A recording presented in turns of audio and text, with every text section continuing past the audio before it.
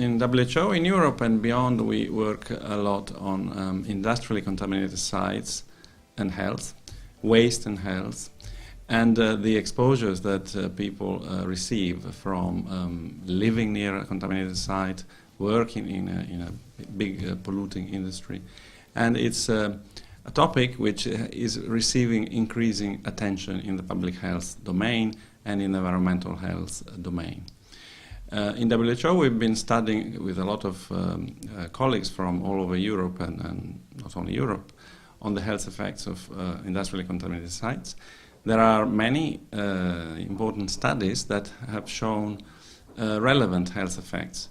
If you live in a place where there's a big maybe refinery or big industrial plant, especially old generation facilities, you might be exposed to a variety of contaminants by air, by water, through food contamination, and there are also other issues like noise or the increased transport.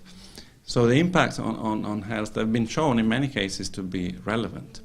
Thousands of extra cases of mortality in a country like Italy. In Italy, they've done a lot of work on that.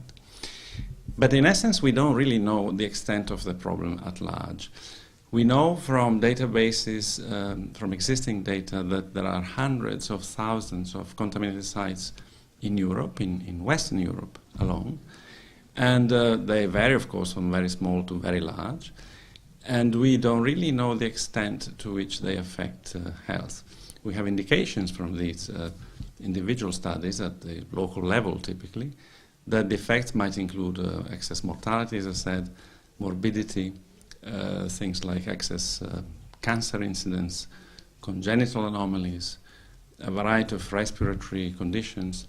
So the list is long. We know quite a bit on the type of pollutants and contaminants, and in some cases the health effects and the health impacts, and they can be relevant.